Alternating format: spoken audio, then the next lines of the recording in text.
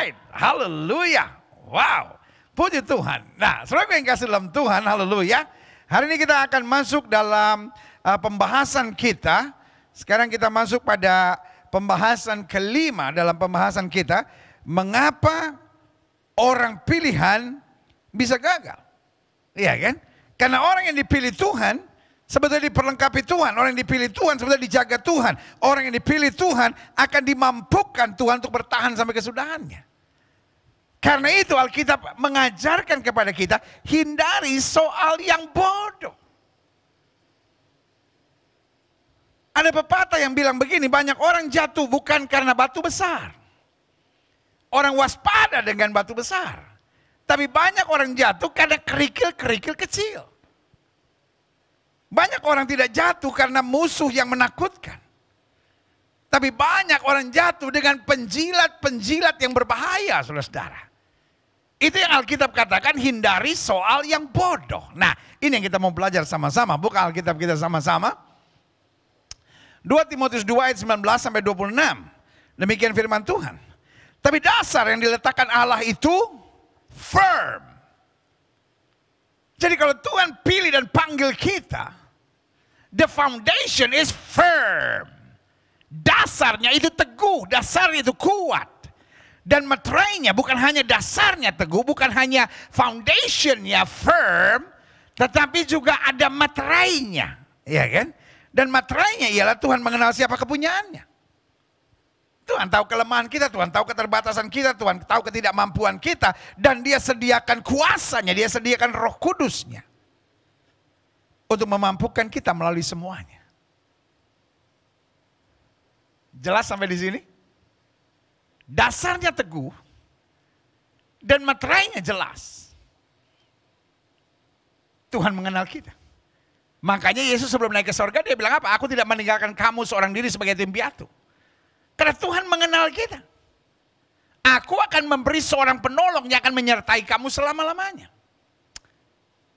Dan untuk itu Alkitab bilang roh yang di dalam kamu lebih besar dari roh yang ada dalam dunia ini. Berarti kamu kuat, kamu menang, kamu mampu mengalahkannya asal kamu tidak melakukan hal-hal yang bodoh. Nah, ini yang kita mau pelajari, ya kan?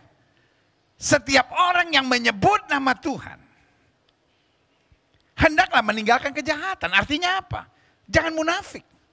Jangan menyebut nama Tuhan tapi menjadi penjilat. Jangan menyebut nama Tuhan tapi berzina. Jangan menyebut nama Tuhan tapi onani dan masturbasi. Jangan menyebut nama Tuhan tapi pada saat yang bersamaan menipu. Jangan menyebut nama Tuhan tapi pada saat yang bersamaan berselingkuh.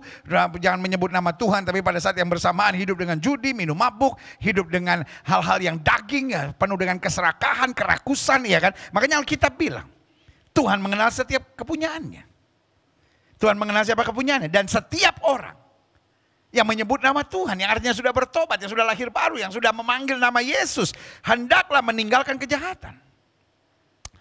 Makanya ayat 20 kasih gambaran begini. Dalam rumah yang besar, bukan hanya terdapat perabot dari emas dan perak, melainkan juga dari kayu dan tanah. Apa rumah besar di sini? Rumah besar di sini artinya keluarga-keluarga Allah. Orang-orang yang sudah ditebus. Orang-orang yang sudah menerima kasih karunia Tuhan. Bahkan orang-orang yang sudah dilibatkan dalam pelayanan. Tetapi Alkitab bilang, perabot pelayanan ini berbeda-beda. Ada yang emas dan perak. Apa emas dan perak? Emas dan perak harus diuji melalui api. Dan makin melalui api, makin murni. Tetapi ada yang pelayanannya atau anggota keluarga ini atau dalam rumah yang besar ini hanya terdiri dari kayu dan tanah. Artinya waktu lewat api hancur. Lewat api habis. Berarti orang benar. Orang yang sudah dipilih Tuhan. Orang yang sudah diselamatkan Tuhan. Kita harus melihat kualitas ini. Kita perabot yang mana? Apakah yang emas atau perak? Atau kayu dan tanah? Mungkin setiap saudara berkata, oh itu memang, iya memang kondisinya begitu ya akan dimuntahkan Tuhan. No, karena ayat ini bilang apa? Yang pertama dipakai untuk maksud yang mulia. Dan yang terakhir untuk maksud yang kurang mulia. Makanya ada seorang theologian menulis skripsi dan judulnya Yudas masuk surga. Saya bukan agen surga yang bisa dengan gampang berkata, oh ini masuk surga, ini masuk neraka. Tetapi alasan yang saya perhatikan, alasan penulis skripsi ini, Yudas masuk surga karena dia melakukan kehendak Allah. Artinya tanpa Yudas, Yesus gak akan bisa disalibkan. Come on. Jangan berpikir so stupid. Dan sampai hari ini masih ada di YouTube yang membahas Yudas masuk surga. Tapi ayat ini bilang ada yang dipakai untuk maksud yang mulia. Ada yang dipakai, tapi untuk apa? Maksud yang kurang mulia atau yang najis.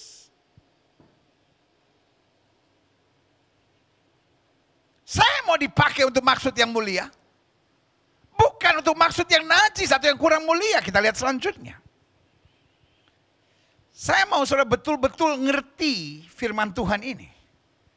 Supaya saudara nggak ditipu dan nggak dibingungkan oleh orang yang mengaku diri mengerti doktrin. Tapi sebetulnya hanya memuaskan logikanya sendiri. Karena ayat 21 bilang, jika seorang menyucikan dirinya dari hal-hal yang jahat. Kita kembali ke ayat 20. Ayat 20 bilang dalam rumah yang besar, bukan hanya terdapat perabot dari emas dan perak, melainkan juga dari kayu dan tanah. Jelas ya, ada emas dan perak. Jelas emas dan perak ini kita tahu diuji lewat api, dipakai untuk maksud yang mulia. Kayu dan tanah hancur diuji lewat api, ya kan? Karena itu dipakai untuk maksud yang najis. Dipakai untuk maksud yang kurang mulia. Jelas ya sampai di sini. Nah, sekarang kita lihat kenapa ada yang maksud mulia, ada yang tidak maksud yang tidak mulia. Ayat 21 menjelaskan very clear. Jika seorang menyucikan dirinya dari hal-hal yang jahat. Berarti kenapa perabotnya disebut dari kayu dan tanah? Karena jahat. Jadi jangan bilang, oh itu my part. Mungkin panggilan saya bukan emas dan perak. Tapi panggilan saya adalah kayu dan tanah. Saudaraku yang kasih dalam Tuhan, artinya apa jahat? Alkitab bilang. Karena Yudas dari awalnya adalah pencuri. Betul dia dalam pelayanan, betul dia berbuat sesuatu. Tetapi karena tanah, karena kayu, maka dipakai untuk maksud yang tidak mulia. Betul dia dipakai. Tapi untuk maksud yang tidak mulia, kenapa? Karena dia tidak mau menyucikan dirinya. Artinya meskipun kayu dan tanah, kalau dia menyucikan dari hal yang jahat, dia akan dipakai untuk maksud yang mulia. Dan ayat 21 ini sangat jelas.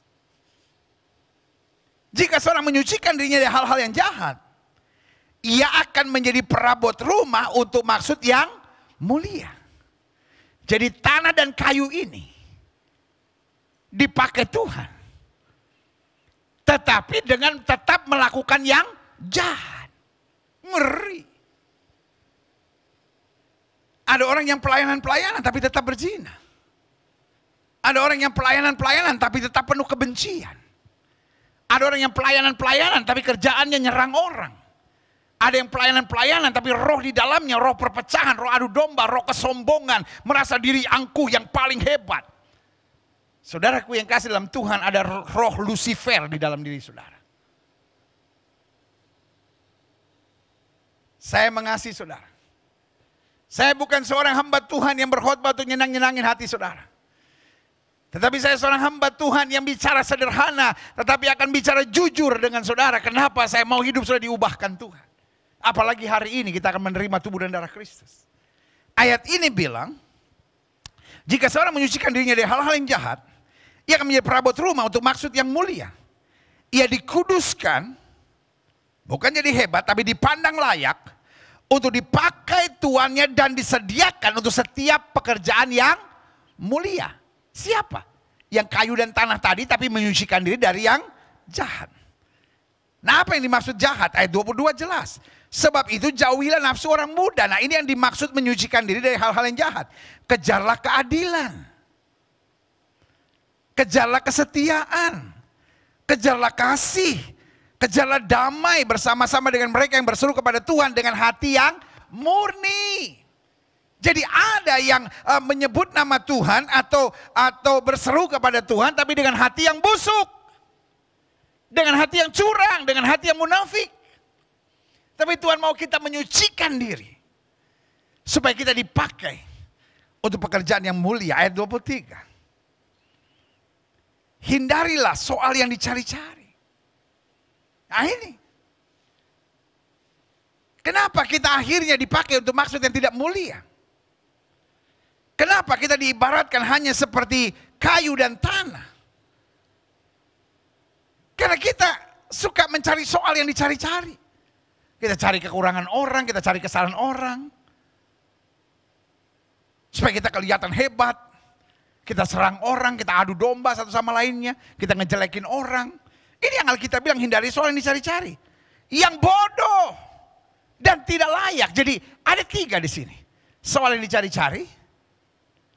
Yang bodoh dalam bahasa Inggris disebut stupid things.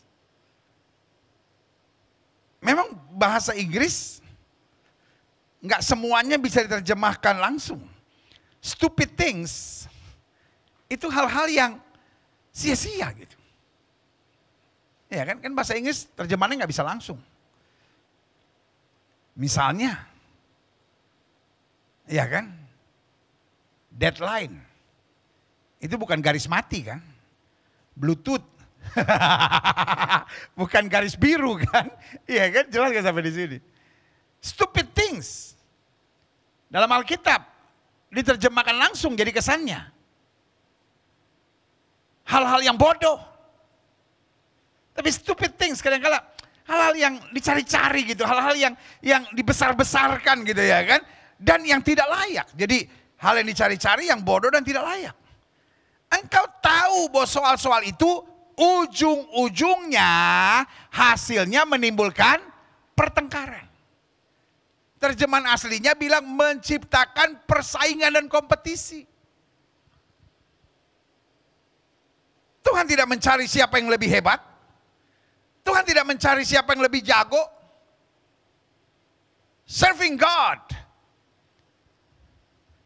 is not a sports Olympic. Melayani Tuhan bukan seperti olimpiade olahraga. Dicari siapa yang terhebat, tercepat, terjago. No. There is no competition in God's field. Tidak ada kompetisi dalam ladangnya Tuhan. Karena Tuhan hanya cari yang taat dan setia. Bukan yang terbaik, bukan yang terhebat, bukan yang terjago, bukan yang paling terkenal. Alkitab bilang di hari terakhir ada orang-orang yang berkata, aku sudah berbuat demi namamu, aku sudah usir setan demi namamu, aku sudah sembuhkan orang sakit. Itu kan orang hebat, tapi Yesus bilang apa? Aku tidak kenal kamu. Karena yang Tuhan cari ketaatan, kesetiaan, dan ketulusan. Makanya ayat Alkitab ini bilang hindarilah soal yang dicari-cari, yang bodoh dan tidak layak. Engkau tahu bahwa soal-soal itu menimbulkan pertengkaran. Taruh tangan kanan saudara di dada. Sama-sama bilang, saya harus hindari pertengkaran. Pak, hindari pertengkaran. Ibu, hindari pertengkaran. Pelayan-pelayan Tuhan, hindari pertengkaran. Mertua-mertua, hindari pertengkaran. Menantu-menantu, hindari pertengkaran. Anak-anak Tuhan, hindari pertengkaran. Karena Alkitab bilang, berbahagia orang yang membawa damai, karena mereka akan disebut anak-anak Allah. Amin. Ayat 24 menjelaskan dengan jelas. Sedangkan seorang hamba Tuhan tidak boleh bertengkar. Harus ramah terhadap semua orang. Ia harus cakap mengajar. Jadi meskipun ramah tetap harus mengajar, tetap harus menegur, tetap harus menasihati. Tetapi ayat ini selanjutnya bilang apa? Dengan apa? Sabar. Ramah, cakap mengajar, sabar. Selanjutnya klik. Dan dengan lemah lembut, bukan menghakimi, bukan menjatuhkan. Kalaupun harus menegur tetap lemah lembut. Dapat menuntun orang yang suka melawan. Nah, orang yang suka melawan gak usah dikutuk-kutukin. Tuntun, arahkan dengan lemah lembut. Sebab mungkin Tuhan memberikan kesempatan kepada mereka untuk bertobat. Jadi ada yang bisa dilayani dan bertobat, dan ada yang tetap mengeraskan hati. Jelas ya?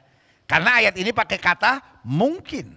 Tuhan memberikan kesempatan kepada mereka untuk bertobat dan memimpin mereka sehingga mereka mengenal kebenaran. Dan dengan demikian mereka menjadi sadar kembali karena apa? Terlepas dari jerat iblis yang telah mengikat mereka pada kehendaknya. Berarti dalam dunia ini.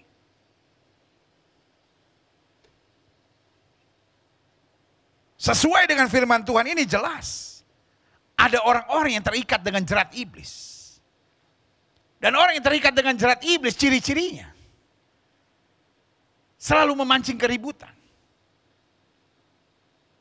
Orang-orang yang terikat dengan jerat iblis, ciri-cirinya selalu mau menonjolkan diri, merasa yang paling baik, dan semua tidak betul. Orang yang terikat jerat iblis, ciri-cirinya tidak peduli dengan firman Tuhan. Dia hanya mencari kesenangan daging.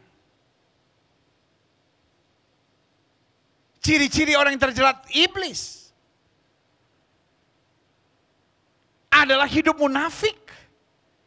Dia ada di gereja. Dia kadang-kala mendengar firman, dia kadang-kala terlibat dalam pelayanan-pelayanan, tetapi hidupnya bertentangan dengan firman Tuhan. Jelas ya? Alkitab bilang, ada orang-orang yang terikat dengan jerat iblis. Dan untuk menghadapinya, kita harus hidup dengan kualitas emas dan perak. Karena itu yang iblis mau. Menempatkan orang-orang yang terikat jerat iblis di sekitar kita. Supaya akhirnya kita stres. Supaya akhirnya kita tertekan. Supaya akhirnya kita emosi, supaya akhirnya kita terpancing dan akhirnya meledak amarah kita. Tapi dalam nama Yesus saya mau ingatkan. Tuhan sedang mempersiapkan engkau. Untuk maksud yang mulia. Taruh tangan kanan saudara sama-sama bilang, saya imani. Kan udah janji kita mau sama-sama interaktif dalam ibadah-ibadah Gereja Bethel Indonesia Global Fellowship Center ya. Taruh tangan kanan saudara di dada, sama-sama bilang sama saya. Saya imani. Saya akan dipakai Tuhan. Untuk maksud yang mulia. Ayo sekali lagi sama-sama bilang sama saya imani. Saya akan dipakai Tuhan. Untuk maksud yang mulia. Berikan tepuk tangan yang meriah buat Tuhan. Haleluya, haleluya, haleluya. Klik. Aha. Saya catat di sini jelas panggilan dan pilihan Tuhan dalam hidup seseorang. Bukan hanya sesuatu yang membanggakan, namun sesuatu yang juga harus kita rawat.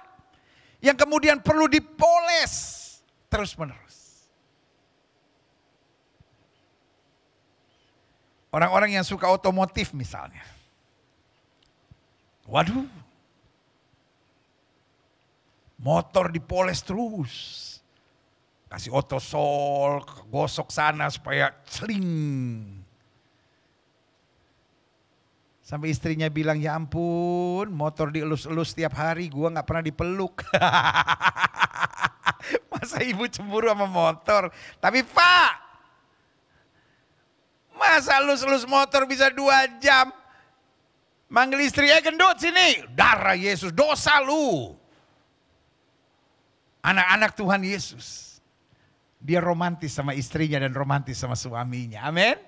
Jangan bilang sama saya, oh saya nggak biasa. Oh menikah bukan melakukan yang biasa. Tapi menikah melakukan yang terbaik dan terindah, teristimewa buat orang yang kita cintai. Jelas? Ya. Dipoles. Ibu-ibu yang senang lihat rumahnya rapi. Dipoles. Ya, orang-orang yang suka anjing, anjingnya dimandiin, wah. Jadi sesuatu yang kita sayang, sesuatu yang kita banggakan. Kita mau dia bersinar. Ibu-ibu yang bangga sama dia punya berlian. Gigi dia bisa nggak dia gosok? Ini dia digosok sehari 3 kali. Supaya kalau kena lampu plik plik plik plik plik plik plik, orang sampai terkedip-kedip tuh mata. Iya kan? Itu yang saya bilang. Pilihan dan panggilan dalam hidup kita. Begitu membanggakan. Sehingga kita bukan hanya bersyukur, tapi kita poles terus. Supaya makin hari, makin nampak kemuliaan Tuhan di dalam panggilan kita. Yang setuju katakan amin. Klik. Salah satu strategi iblis untuk mengacaukan panggilan dalam hidup seseorang, yaitu dengan melemparkan jerat. Makanya Alkitab bilang kan, mereka terikat dengan jerat iblis. Tuhan memanggil mereka, Tuhan memilih mereka, Tuhan merancangkan yang jahat, tapi iblis menjerat. Makanya bahasa saya, salah satu strategi iblis untuk mengacaukan panggilan dalam hidup seseorang itu dengan melemparkan jerat. Yang pertama, saya pelajari jerat hawa nafsu. Sehingga yang dia pikirkan bukan kehendak Allah, yang dia perjuangkan bukan apa will of God, kemauan Allah dalam hidupnya, tapi yang dia perjuangkan selalu kesenangan daging. Makanya Alkitab bilang hiduplah oleh roh, maka kamu tidak akan menuruti keinginan daging. Ada yang dagingnya memaksa dia untuk selalu marah, bentak maki orang. Ada yang dagingnya menyeret dia untuk rokok, minum mabuk, hal duniawi. Ada yang jerat hawa nafsu menyeret dia untuk sombong, untuk kepala batu, untuk egois. Itulah jerat-jerat hawa nafsu selanjutnya. Ada jerat yang kedua bernama jerat keangkuhan. Wah, setan paling senang dengan orang-orang pelayanan tapi sombong. Waduh, setan paling senang dengan orang-orang yang aktif di dalam gereja tetapi angkuh, meninggikan diri. Karena di mana ada keangkuhan pasti ada perpecahan. Sebagian besar perpecahan dalam gereja dimulai dari keangkuhan. Coba lihat kalau 2 orang pendeta berkelahi, sama-sama bilang Tuhan bicara sama saya. Wah, itu kan keangkuhannya. Itu bukan bentuk kerendahan hatinya, itu bukan bentuk ketulusan jiwanya mendengar suara Tuhan. Itu bentuk kesombongan, keangkuhan, ketinggi hatiannya. Padahal Alkitab sudah bilang, orang yang tinggi hati akan direndahkan Tuhan. Kalau kita tidak mau masuk dalam jerat iblis, pastikan kita jadi orang-orang yang merendahkan diri. Karena orang yang merendahkan diri akan ditinggikan Tuhan tepat pada waktunya. Setuju sama saya, katakan, saya harus merendahkan diri. Sifat yang terbaik dalam hidup seseorang adalah rendah hati. Orang rendah hati mau terus belajar. Orang rendah hati tidak mau menjauh dari Tuhan. Orang rendah hati bisa ditegur dan dinasehati. Kapan kita tahu kita rendah hati? Ketika kita selalu mengalami kemajuan-kemajuan dalam iman. Kalau kita mulai gak maju-maju dalam iman, dalam pelayanan, dalam pengetahuan rohani, itu karena kita sombong, kita merasa saya sudah tahu semuanya kok, saya sudah mengerti segala-galanya kok, saya sudah cukup rohani kok. Tetapi orang yang rendah hati akan berkata, Tuhan ajarilah aku, supaya aku lebih dalam mengenal maksudmu. Supaya aku melayani Tuhan lebih sungguh-sungguh lagi, supaya aku dapat memberi yang lebih baik buat orang yang Tuhan percayakan untuk aku layani. Yang setuju sama saya katakan rendah hati. Amin. Orang rendah hati gak ada musuhnya. Siapapun memusuhi dia tetap merendahkan diri. Dan berjuang untuk tetap melayani dan menjadi berkat. Amin. Yang ketiga, bagaimana iblis melemparkan jerat? Yang pertama jerat hawa nafsu, yang kedua jerat keangkuhan, yang ketiga jerat keputusasaan. Iblis gak peduli sudah pelayanan, iblis gak peduli sudah berbahasa roh. Iblis gak peduli saudara hebat dalam banyak hal. Kalau dia gak bisa dorong saudara untuk menjadi sombong, akhirnya dia buat saudara putus asa. Ya, saya sebagai istri udah berjuang pendeta, tapi suami saya gak bisa berubah. Saya sebagai suami udah berusaha apa saja pendeta, tapi istri saya nggak bisa berubah. Loh, kenapa nggak bisa? Alkitab bilang hati raja seperti batang air di tangan Tuhan, dapat Tuhan aliri kemana saya Tuhan mau. Tapi yang Tuhan mau dalam hidup kita adalah kita beriman. Karena sesuai dengan iman kita akan jadi pada kita. Tapi yang iblis mau dalam kehidupan kita adalah keputusasaan. Karena orang yang putus asa adalah orang yang tidak percaya akan janji Tuhan. Orang putus asa adalah orang yang nekat. Orang yang berputus asa adalah orang yang merasa dirinya yang paling benar. Apapun yang dinasihatin orang salah, percuma, saya udah buat ini, bangga sama dirinya sendiri. Makanya lihat, orang sombong dan orang putus asa, itu biasanya berjalan bersama-sama. Selanjutnya, ya lihat ya jerat-jerat yang iblis taruh. Jerat hawa nafsu, jerat keangkuhan, jerat kepusasaan. Dan akhirnya jerat mencari jalan pintas. Kalau udah dipenuhi hawa nafsu, ujung-ujungnya sombong, angkuh. Ujung-ujungnya mudah putus asa dan akhirnya mencari jalan pintas. Selalu saya bilang, tidak ada jalan yang mudah dalam mengiring Kristus. Mengiring Kristus jalannya berbatu. Jalannya keras. Jalannya penuh dengan tantangan. Tapi Tuhan janji, satu utas rambutmu pun tidak akan jatuh ke tanah tanpa seizin Tuhan. Dia jaga kita seperti biji matanya. Yang setuju katakan amin. Ibu, jangan ambil jalan pintas. Adik-adik muda jangan ambil jalan pintas. Kenapa orang bercerai? Karena ambil jalan pintas. Kenapa orang menggugurkan kandungan? Karena ambil jalan pintas. Kenapa orang tinggalkan pelayanan? Nggak kuat saya ambil jalan pintas. Itu saya bilang jalan-jalan bodoh. Itu Alkitab bilang soal-soal yang bodoh. Padahal kalau kita mau berjuang, kalau kita mau beriman, kalau kita mau menanti-nantikan Tuhan, Alkitab bilang, orang yang berharap kepada Tuhan tidak akan pernah dipermalukan. Yang setuju katakan, yeah. Amin. Right. Selanjutnya, saya pelajari. Kunci utama agar kita tidak terperangkap jerat iblis. Saya catat di sini ada beberapa hal. Yang pertama,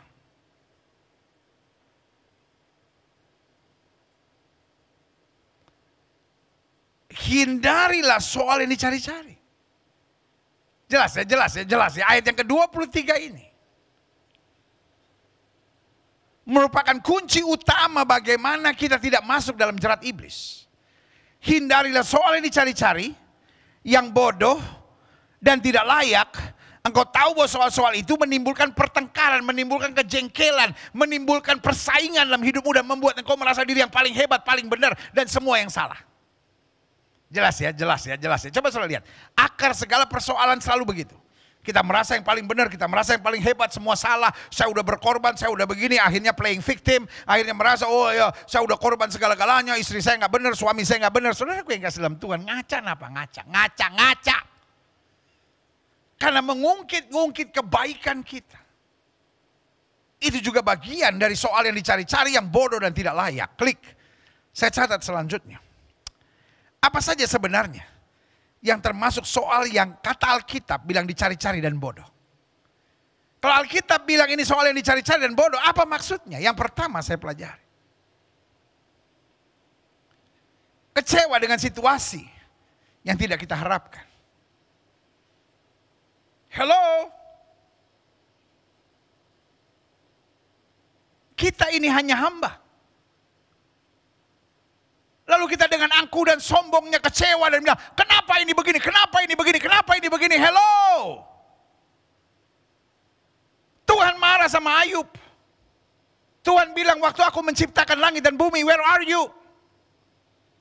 Ketika aku menciptakan laut dan menciptakan batas buat lautan dan daratan, where are you?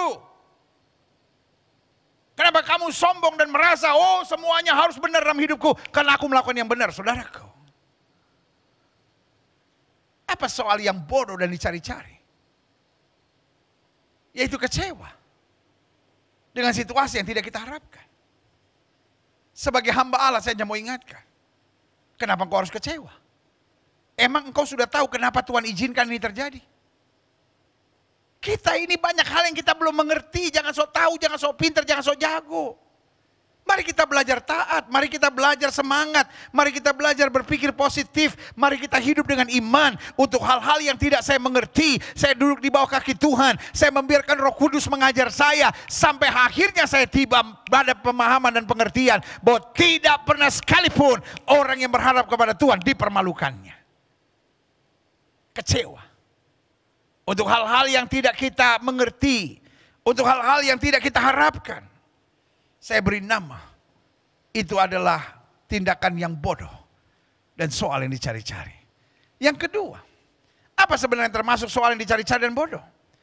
Stres dan tertekan untuk masalah yang harus kita, untuk masalah yang ada di hadapan kita. Iya kan? Kadang-kala kita stres dan tertekan untuk masalah yang harus kita hadapi.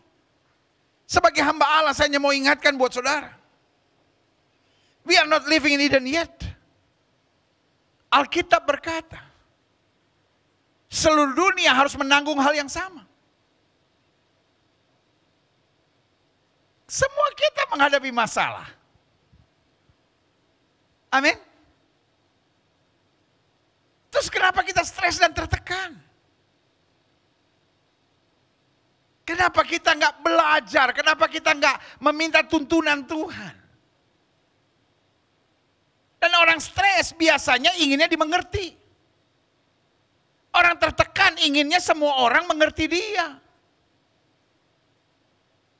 Folks, jangan jadi Kristen yang childish lah. Selalu marah sama semua orang dan bilang saya stres. Orang stres itu harus bertobat. Orang stres itu harus datang pada Yesus. Karena orang stres yang ingin dimengerti semua orang itu artinya engkau sudah sakit jiwa, saudara-saudara. Karena engkau sakit jiwa, semua orang harus mengiyakan. Udahlah, orang gila mau diapain? Iya kan, sama seperti orang gila. Teriak-teriak dan bilang, gila, gila, gila. Kita lihat gitu apa? Ya udahlah, namanya orang gila. Haruskah semua orang mengerti saudara? Atau haruskah engkau berubah? Saudaraku, saya mencintai saudara. Dan saya ngomong dengan hati yang penuh cinta pada saudara di hari di mana kita akan menerima tubuh dan darah Kristus. Jangan bodoh. Jangan buat soal yang dicari-cari. Sebentar-bentar stres, sebentar-bentar tertekan, sebentar-bentar stres, sebentar-bentar tertekan. Kayak orang gak punya Tuhan, saudara ini. Saudaraku yang kasih dalam Tuhan, kita kan masih punya Tuhan. Aku punya Tuhan yang besar, yang telah berjanji dan sanggup menggenapi firman-Mu, sepakat percaya kuasa-Nya. Ku terima sekarang kemenangan dari-Mu. Amin. Kita punya Tuhan yang besar, hello. Apa-apa stres, apa-apa tertekan, apa-apa stres, apa-apa tertekan. Kayak orang gak punya Tuhan. Ya tapi kan pendeta namanya kan kita masih hidup di tanah. Betul. Tapi di dalam diri saudara roh Allah yang hidup. Fight. Lawan stres saudara itu. Berdiri tegak dan bilang saya masih punya Tuhan. Setan kau tidak punya kuasa. Iblis ada di bawah telapak kaki orang percaya yang setuju katakan yeah, saya siap. Amin. Yang ketiga. Apa saja sebenarnya yang termasuk soal yang dicari-cari dan bodoh? Emosi untuk keadaan yang menyakitkan dan melukai. Come on. Life is not perfect, I know. Tapi kalau apa-apa emosi, apa-apa meledak-ledak, apa-apa nggak bisa kontrol emosi. Itu yang saya bilang, kekanak-kanakan banget hidup saudara ini. Hal-hal yang menyakitkan, hal-hal yang melukai, kadangkala itu penting untuk mengajar kita lebih rendah hati, untuk mengajar kita sadar, kalau saya nggak mau dilukai, saya juga tidak boleh melukai. Ada banyak orang kan nggak suka dibentak, tapi senangnya bentak orang. Ada orang nggak suka dikasari, tapi senangnya ngasarin orang. Ada orang nggak senang ditekan, tapi senangnya menekan orang. Itu berarti roh keegoisan ada dalam diri saudara. Kadangkala Tuhan izinkan hal-hal yang melukai dan menyakitkan dalam hidup kita. Untuk kita belajar. Ternyata dilukai orang gak enak ya. Ternyata disakiti orang gak enak ya. Dan saya pegang firman Tuhan. Apa yang kamu tidak ingin orang lain perbuat kepadamu, jangan perbuat itu kepada orang lain. Selanjutnya. Apa saja sebenarnya yang termasuk soal yang dicari-cari dan bodoh? Yaitu menunda. Menunda sesuatu yang kita rasa sukar dan berat.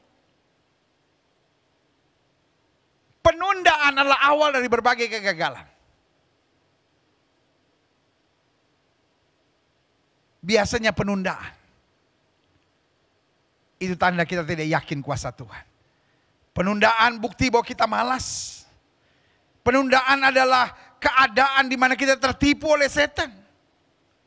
Karena Tuhan mau kita bertindak.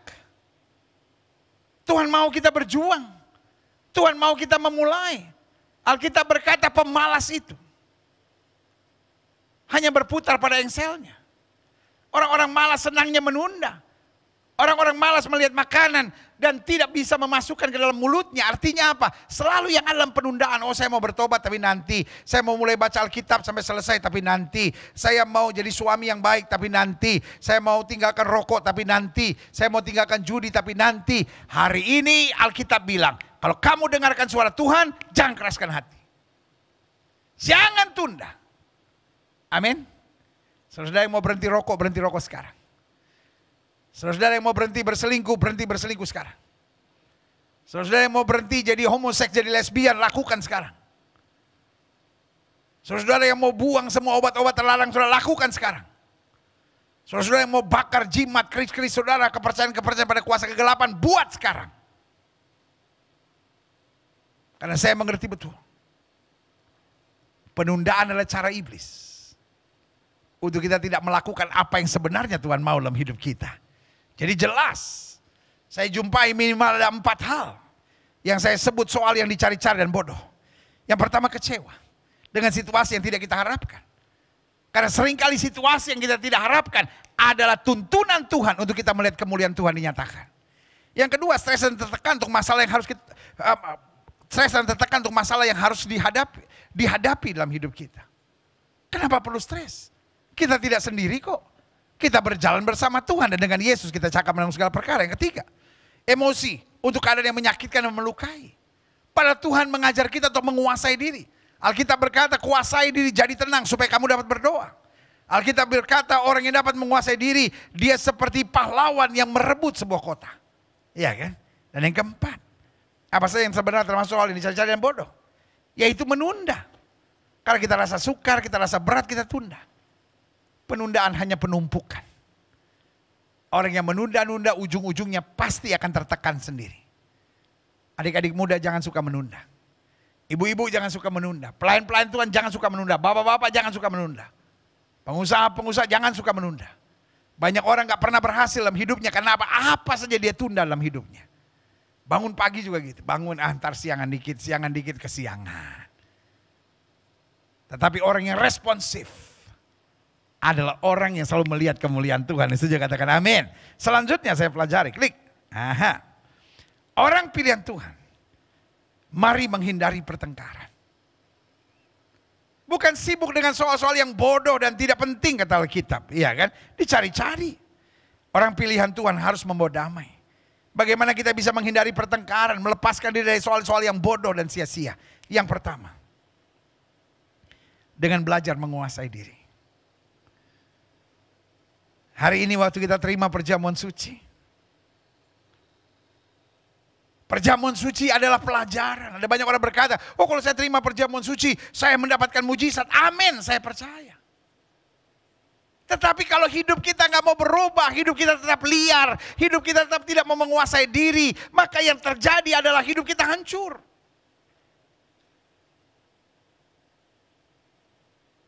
Orang yang tidak mampu menguasai diri, kata Alkitab,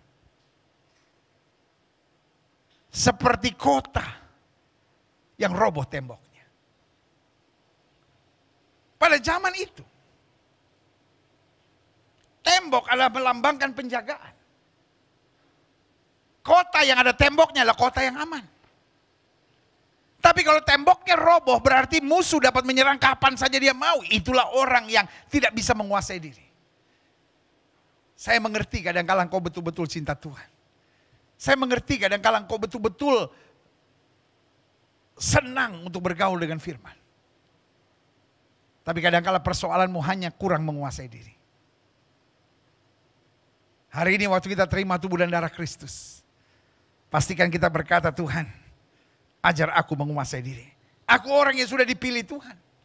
Aku orang yang sudah dipanggil Tuhan, aku sudah dibenarkan oleh Tuhan. Aku tidak mau masuk dalam jerat-jerat iblis untuk melakukan hal-hal yang bodoh dan yang dicari-cari dan yang tidak layak. Karena itu saya mau belajar menguasai diri. Dan yang kedua, klik. Saya harus menyadari kuasa Tuhan dahsyat dan luar biasa. Karena kuasa Tuhan dahsyat dan luar biasa, ngapain saya berdebat? Ngapain saya memaksakan kehendak? Ngapain saya menyakiti hati orang? Ngapain saya balas yang jahat dengan yang jahat? Kalau saya tahu kuasa Tuhan dahsyat dan luar biasa, manusia boleh mereka-rekakan yang jahat, saya tetap memberkati, saya tetap mengucapkan damai, saya tetap mengampuni.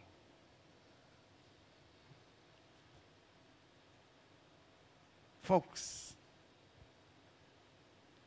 hari-hari ini saya yakin kita sudah masuk pada akhir zaman. Dan ini adalah masa penampian tubuh Kristus. Tanyakan pada diri saudara sendiri. Sudahkah kita emas dan perak? Atau kita kayu dan tanah? Karena yang membedakan emas atau perak, kayu dan tanah, kenapa yang satu dipakai untuk maksud yang mulia, di satu dipakai untuk maksud yang tidak mulia, yaitu proses pengujiannya. Anak-anak Tuhan hari-hari ini akan diuji. Jangan menciptakan kegaduhan. Jangan menciptakan pertengkaran. Jangan menciptakan persaingan untuk kesombongan dan kebanggaan diri. Tapi yang pertama, belajar menguasai diri. Dan yang kedua, belajar menyadari kuasa Tuhan dahsyat dan luar biasa. Untuk hal-hal yang kita udah gak sanggup, jangan emosi. Untuk hal-hal yang kita udah gak sanggup, jangan memaksakan dengan kekuatan kita sendiri. Percayakan pada kuasa Tuhan yang dahsyat. Karena Alkitab bilang apa yang tidak pernah kamu pikirkan, itu akan Tuhan sediakan. Dan saya katakan amin. Yang ketiga, orang pilihan Tuhan. Bagaimana supaya kita bisa finishing strong? Bagaimana supaya kita tidak gagal? Bagaimana supaya kita bisa bertahan sampai kesudahannya? Alkitab jelas bilang, hindarilah soal yang dicari-cari dan yang bodoh dan yang tidak layak. Bagaimana caranya? Disiplinkan diri untuk selalu membawa damai dan menjadi berkat. Di samping kita belajar menguasai diri, sadari kuasa Tuhan dahsyat dan luar biasa. Sehingga kita gak usah tertekan, gak usah kecewa, gak usah panik. Serahkan pada Tuhan, hal-hal yang kita gak ngerti, belajar gitu. Hidup tuh tenang, santai, beriman gitu. Santai di sini bukan berarti malas. Tapi santai di sini artinya tidak tertekan. Saya lihat banyak orang hari-hari ini mungkin akibat pandemi lah, akibat serangan setan lah, akibat perjuangan yang berat hari-hari ini. Banyak orang jadi stres, saudara-saudara. Kayak orang gak punya Tuhan gitu, saudara-saudara. Yang ketiga, disiplinkan diri untuk selalu membawa damai dan menjadi berkat. Ngomong sama diri saudara sendiri. Saya harus bawa damai. Saya harus jadi berkat. Taruh tangan kanan sudah di dada. Sama-sama bilang sama saya anak Tuhan Yesus.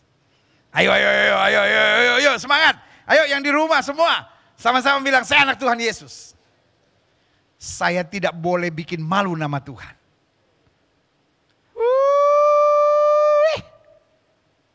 Kalau kelakuan kita kayak orang dunia. Kita nggak membawa damai, kita cuma menciptakan pertengkaran. Kita cuma sukanya berdebat, kita cuma mau beradu siapa yang lebih hebat di antara kita dalam nama Yesus. Mari berpikir. Gimana saya memenangkan jiwa? Gimana saya bawa damai? Bagaimana hidup saya jadi berkat? Saya anak Tuhan Yesus. Saya gak boleh bikin malu nama Tuhan. Yang terakhir, sebelum kita masuk dalam perjamuan suci.